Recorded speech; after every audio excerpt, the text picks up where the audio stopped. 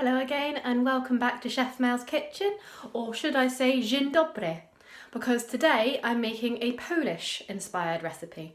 Now in my 10 years of chefing in the United Kingdom, I'm very lucky to have worked with a lot of Polish people, a lot of Polish chefs, a lot of Romanian chefs, and what's really nice about working as a chef in this country is you get to work with people from all different nationalities. I've worked with people from all around the world, and what's nice with working with chefs from different countries is you end up learning about different cuisines, different traditional ingredients and stuff which you might not have heard of, and so I've learned a lot from my Polish comrades over the years.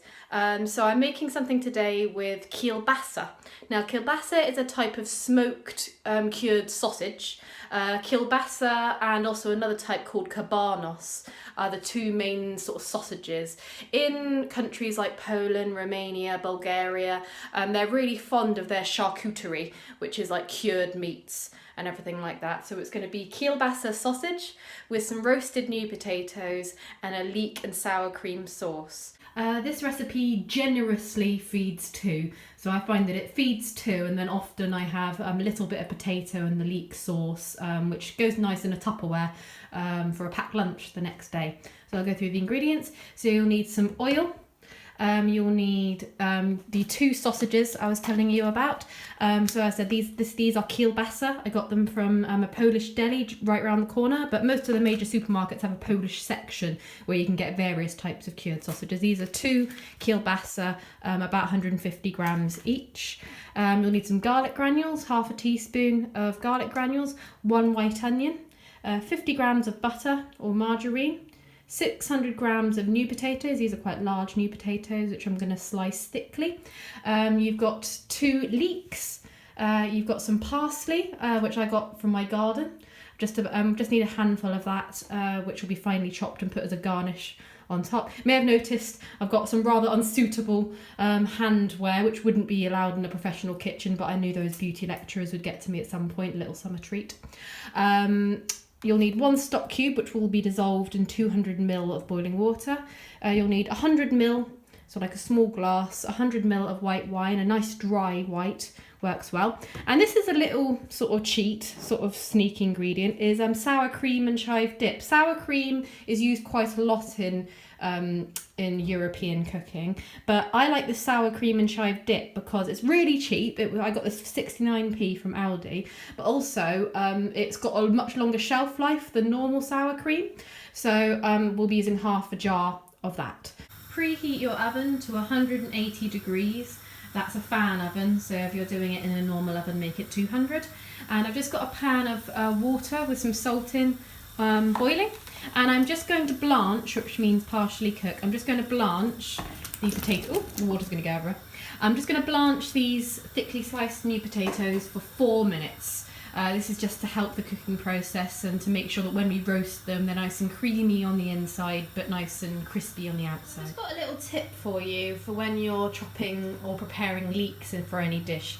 Now, leeks are great harbourers of dirt, whether they're homegrown or not. They attract the soil, and you don't want any soil in your dish because there is the risk of food poisoning, or more than likely you end up with grit in your food, and we don't want gritty food. We're not having sandwiches at the beach. So what I do is I slice them lengthways along that, keeping the roots so they don't fall apart, and then I'll show you. Can you see all that soil in between the layers? It's even worse if you grow your own, because I've grown leeks before, and yeah, but the fact that you've sliced them along there like that, you can then, if I go to my sink, you can then sort of get in between the layers, if you can see like that, and that way you can go through the layers and make sure you've got rid of all the soil, and because you've kept that root at the bottom, it won't fall apart, and then you can really easily slice it. So that's a little trick with the leek. So I've just drained the potatoes, and I'm just returning them to a roasting dish or a baking dish. Lovely. And I'm just going to drizzle with, 1 to 2 tablespoons of oil, just enough to coat and to cover. 1 or 2 tablespoons, nice. And just really simply, just with a bit of salt. A bit of salt. Potatoes need salt, don't they? Salt and a little bit of pepper. So, to sprinkle. And I'm just going to coat that. I've got asbestos hands, they are still quite warm, but there. Now place the sausages on top, just like that, and they're going to go in the oven for half an hour. Halfway through that, so 15 minutes, take it out and turn the potatoes just so they cook evenly. Put 30 minutes in there. Meanwhile, now that the sausages and the potatoes have gone in, I want you to put the butter, the onions and the leeks in a pan. And you can crowd the pan, that's fine, because I want these to sweat. I don't want these to colour. I mean, a little colour's alright, but we just want them to soften. So I want you to cook these. It will shrink down, trust me. Cook these, butter, onion, leeks, half a teaspoon of garlic granules, and a little bit of salt, and a little bit of pepper, but we'll check seasoning at the end as well. And I want you to cook that, stirring occasionally, for 8 minutes. I need you to add the wine now, and you're going to let that bubble for about 2 to 3 minutes until most of it has evaporated. Now you're going to add your stock, and you're just going to let that bubble away for another 10 minutes. I'm just going to finish the vegetables sauce. So it's had its 10 minutes, and I'm just going to add the sour cream. So you notice it's on a low heat. I'm going to add my sour cream mixture. I'll spoon the rest in a minute once I've got 2 hands. And this is important. You just need to stir it through and keep it on a very low heat, maybe 1 or 2 minutes, just until it's hot, basically. Because if you heat this up now that I've added the fat, which is the sour cream, if I put this on a high heat now, the sauce will separate. You might have seen that when I did my meatballs recipe, where the temperature was too high and the cream separated a little bit. I mean, it's not the end of the world because it still tastes nice, but it doesn't look very pleasant if the fat separates. So I'm literally going to cook this just for 1 or 2 minutes, just so it's nice and hot. Right, so now it's plating time. So first I'm going to start off with our vegetables, with our sauce. So nice there.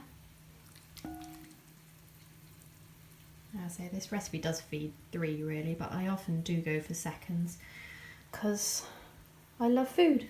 Right, so that's the sauce. I'm just going to get, and I've taken the sausages off, I'm going to cut them in a minute. I'm just going to get a nice good serving of the potatoes and sort of have them on top. Of course, normally I could make this a little bit more delicate if I wasn't holding a camera, but there we go. A good workman doesn't blame their tools, as the saying goes. Nice. I can make it look pretty in a minute. And everything is hot, but I have chef hands. 1 more maybe. Or you know, I could drop it. There we go. Cool. There we go. And then I'm going to take one of these sausages. That one's got a bit more colour on it, nice. And I'm just going to cut it on the diagonal. See if I can get a good angle on there. There's no reason, taste or texture wise, why I'm cutting it on the diagonal. It's just because it looks cool, really. And I'm vaguely impressed about how I'm doing this one-handed. Hopefully I should never have to do anything like this one-handed, but there we go. Spoke too soon. There we go. Haha.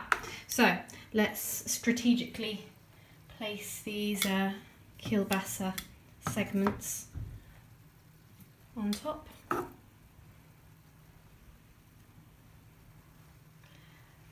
And you should never even plate. This is a chefing thing.